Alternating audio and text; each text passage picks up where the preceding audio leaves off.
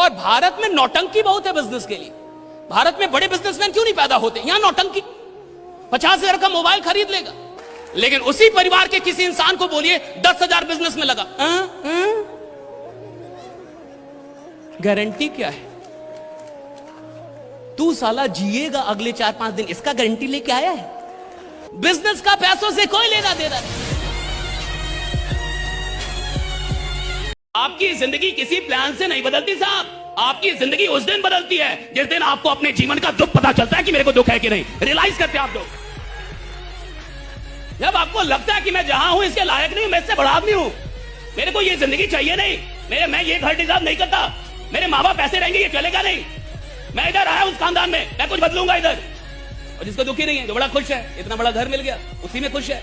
दो तरह के बच्चे होते हैं, टीचर ने बच्चे को पढ़ाया और बच्चे ने घर आके पढ़ना चालू किया, ये पैसिव रिकॉल है, ऐसे बच्चे महान नौकरियां करते हैं। और दूसरा बच्चा, टीचर ने पढ़ाया और उसी बच्चे ने वो लेसन आके घर पे पढ़ाना चालू कर दिया, ये है एक्टिव रिकॉल। ये बच्चा इस देश में अमीरी प्रोड्यूस करता है, लाखों करोड़ों लोगों को नौकरियां देता है।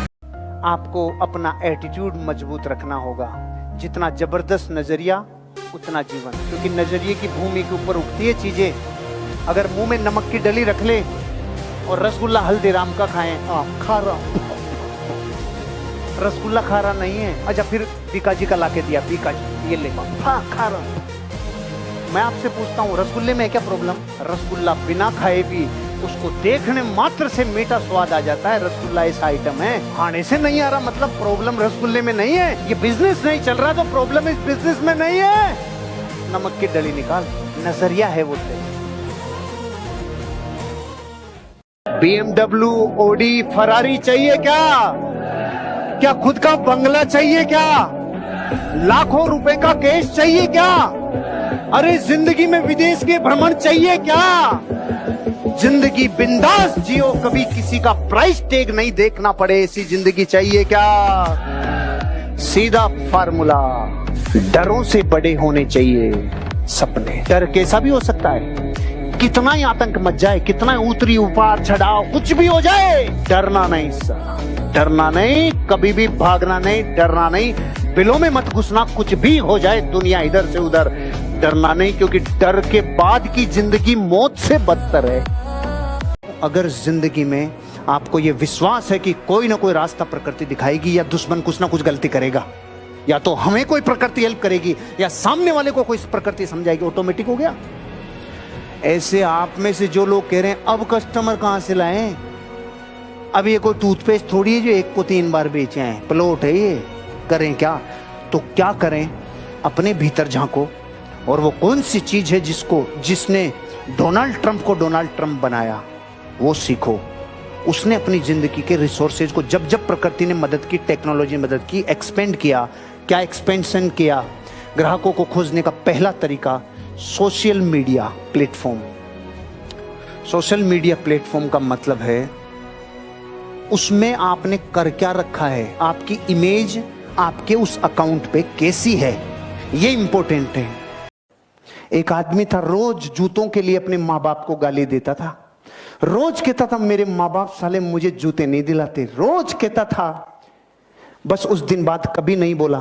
जिस दिन उसे फुटपाथ पे ऐसा आदमी मिल गया जिसके दोनों पांव नहीं थे, उस दिन बाद फिर कभी नहीं बोला। क्यों नहीं बोला? ये तो है ना मेरे, उसके तो ये भी नहीं है।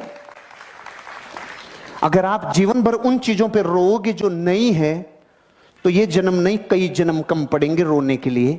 मुझे ढूंढना था अभी क्या बचा है। पहला, मेरा कॉन्फिडेंस पहले से 7वें आसमान पे था और मैं उस वक्त सोच रहा था जिस दिन यहां से जाने के बाद लाखों लोगों को यह बताऊंगा, उस दिन मेरी एक एक शब्द बिकेगा। और आज मुझे लाखों डॉलर दे रहा है यही बात बोलने का जो मैं उस दिन संघर्ष कर रहा था। जो संघर्ष कर रहा था ना, ये बोलने का पैसा मिल रहा है। इंडियन क्रिकेट का भविष्य तब तक नहीं बदला था जब तक यहाँ पुराने अचीवमेंटों की मालाएं और ट्रॉफियां याद की जाती थी। धोनी ने आने के बाद सबसे बड़े डिसीजन लिए। उसने 3 खिलाड़ियों को जो फील्डिंग में कमजोर थे उनको हटाया, तो भारतीय क्रिकेट में हड़कंप मच गया। क्योंकि वो 3 क्रिकेट के बैटिंग में विश्व के टॉप बल्लेबाज थे। उसने कहा नहीं, अब क्रिकेट नए दौर में जाना चाहता है। अब चाहे बैटिंग करने में खूब हो, लेकिन अगर फील्डिंग का छेद है, हम वर्ल्ड कप नहीं जीत पाएंगे। 3 प्लेयर्स को उठाया, हड़कंप मच गया। वीरेंद्र सहवाग को ही नहीं बख्शा था। तुम किस खेत की मूली हो? एक कहानी जो हमने हिंदी की क्लास में पढ़ी थी ना, उसको आज पूरी करते हैं। एक आदमी था, टोपी बेचता था, जा रहा था अपना गट्टर लेके। एक दिन पेड़ के किनारे बैठा और नींद आ गई, तो बंदरों ने सारी टोपियां उठा ली। फिर उसने यूं किया, बंदरों ने यूं किया, उसने यूं किया, बंदरों ने यूं किया। फिर इसने अपनी टोपी फेंकी, बंदरों ने भी अपनी टोपी फेंकी। यहाँ तक सुना है? अधूरी है, आज क्लाइमेक्स पूरा करते हैं। 100 साल बाद उसका पोता फिर टोपियों का व्यापार। जा रहा था कहीं गट्टर लेकर, रास्ते में थकान हो गई, पेड़ की छाया में नींद आ गई, एक टोपी बच गई, सारी टोपियां बंदरों ने ले ली। तो इसने यूं किया, बंदरों ने भी यूं किया, इसने यूं किया, बंदरों ने भी यूं किया। इसने टोपी फेंकी, उन्होंने नहीं फेंकी। फिर इसने पूछा तुमने क्यों नहीं फेंकी? उसने बोला हमारा भी दादा था जो बेवकूफ बना था बेटे, हम उसको समझ रहे हैं। ब्रिटेन सुपर पावर बना बिजनेस की वजह से, अमेरिका सुपर पावर बना बिजनेस की वजह से, चीन सुपर पावर बना बिजनेस की वजह से, और भारत अगला सुपर पावर बनेगा आपकी वजह से। बिजनेस ही करना है। 1 अरब 50 करोड़ का देश, 1 अरब 50 करोड़। हमें बाहर मार्केट ढूंढनी नहीं, हम बहुत टैलेंटेड लोग हैं, अपना मार्केट खुद ही बना के रखे हैं। बाजार हमारे पास, योग्यता हमारे पास, किस चीज की कमी है? मोदी जी ने कितनी अच्छी बात कही, आत्मनिर्भर भारत।